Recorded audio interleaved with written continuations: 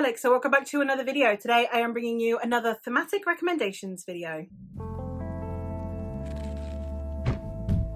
I am a big themes reader, so I have a series here on my channel where I talk about the themes of books, where I compile lists of books that have certain themes and I chat about them. I know there are a lot of character-driven readers and a lot of plot-driven readers. I am here to talk about the themes. So without further ado, let's actually get into what this one is about. Today we're talking about history, the history of the fantastical world and the impact it has on the story. It can be that we have iterations of the history discussed throughout the series, or it could be that we have discussions about the past in some way, shape or form and its impact on the story, or it can be that we are seeing history unfold. And I have a couple of different types of discussions around history and its impact on the world, and I am excited to discuss it with you today. The first one is one that I assume is kind of obvious because it is a long series, but I would like to mention regardless. And that one is The Realm of the Elderlings by Robin Hobb. This is a series of 16 books. It's a very long series. And obviously you have the impact of what happens in the first book impacting the second book, and then the impact of what's happening in the first trilogy impacting all of the series that follow. That's not what I'm actually going to talk about today though, despite the fact that that is also very important. Instead, I'm going to discuss that at the beginning of the chapters in any of the Fitz books, we do have a history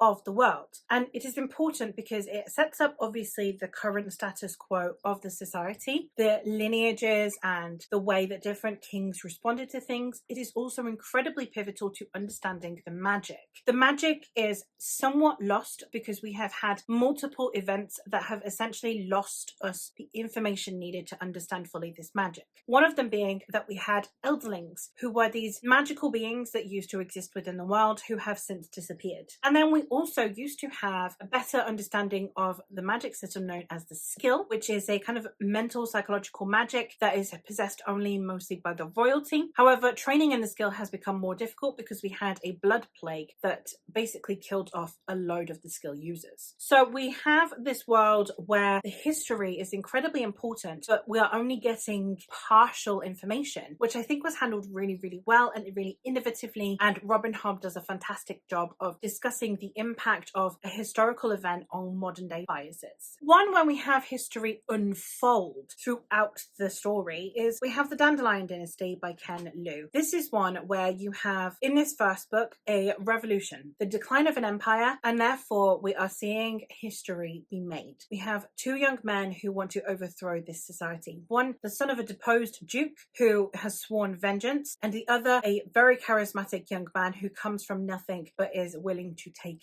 anything. This is a story that definitely unfolds in a way that is across generations. In this first book, we are seeing this new empire and this new regime come into place. In the sequel, we are following the descendants mostly of those who initially started this new dynasty. And in the third book, we are seeing then the next generation come into play. This is one that I just think was handled in a way that I think was impactful because it was a story that discussed how your intent for your children, for your descendants, might not align with what those children and descendants want and need. Also, that your upbringing will differ from that of your descendants, and therefore your priorities will be different to that of your descendants. We have discussions around the impact of imperialism and war, and as I said, the way that impacts future generations. History is pivotal in this because history is being made. How in pivotal times from one generation to another can be so impactful, and I thought that this was handled really, really well. Another one where history is incredibly important but is not necessarily prevalent in the narrative, it's more that we need to now tackle history, is in Elantris by Brandon Sanderson. This is also true of Mistborn, but I prefer Elantris, so we're going to talk about Elantris. We used to have these magic wielders who were known as the Sheods, who were these all-powerful beings who were revered, and then one day something happened to the Sheods and they became more like cursed husks of themselves. So they lived in this wondrous place of Elantris, which then got shut off from the rest of society, and we don't talk about it anymore. And if someone shows up being a Sheod, they get sent to Elantris. Elantris is now deemed this doomed place because any pain will then be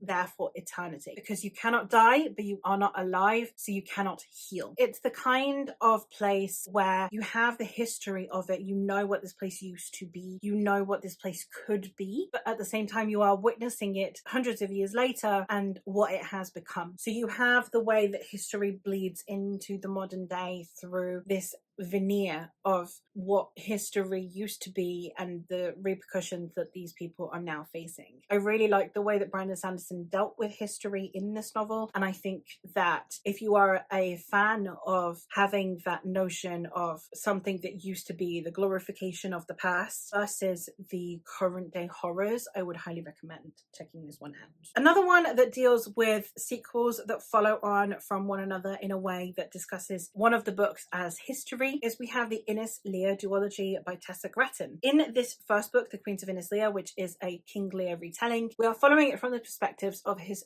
three daughters. We have a Gaella, who is a battle-hungry woman who has no need for magic because she has might of her own. We have Reagan, who is a master manipulator who has a magic that is not deemed well by her father. She has an earthy magic and an intrinsic connection to the island. And then we have Elia, who is the star blessed and who adheres to star and astrological magic.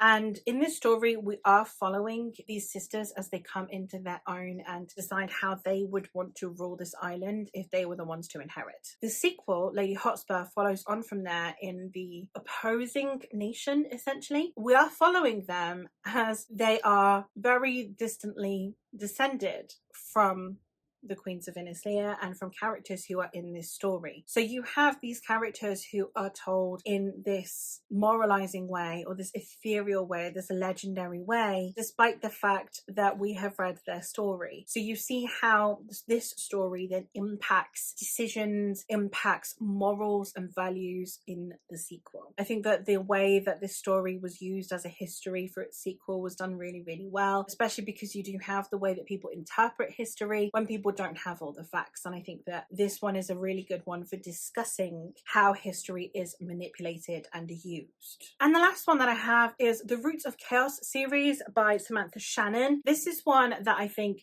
handles it in a way that is inverted. You have this world in which we are following multiple perspectives, and we have dragons in this world. And some people deem dragons something to be revered, and they are treated well, and they are loved. They have a place in society. And then we have those who hate and fear dragons. And then when this big, massive ultimate dragon is supposed to awaken, it's how the different societies tackle this ancient enemy. Now, in this story, we do get mentions of bits of the past, but it's not hugely prevalent. However, the next book that Samantha Shannon got out in this world is actually a prequel, and it is to discuss the way that society mirrors one another, the way that this book is impacted because of the events of the previous book. So it did it exactly the inverse way, where we see the happenings in a more contemporary time period, and then we go back and see how these actions are a direct result of what happened in the past. And I think that's a really interesting way to tackle history. Instead of looking at it through the lens of history's repeating itself, you have events happening and then later on you are shown how that came to be.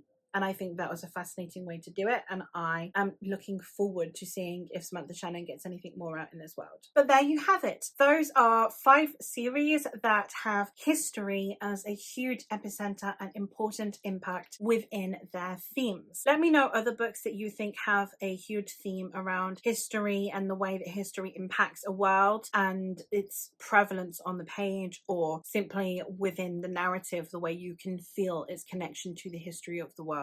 And that is everything from me for today. So thank you ever so much for watching, and I will hopefully catch you in another one soon. Bye.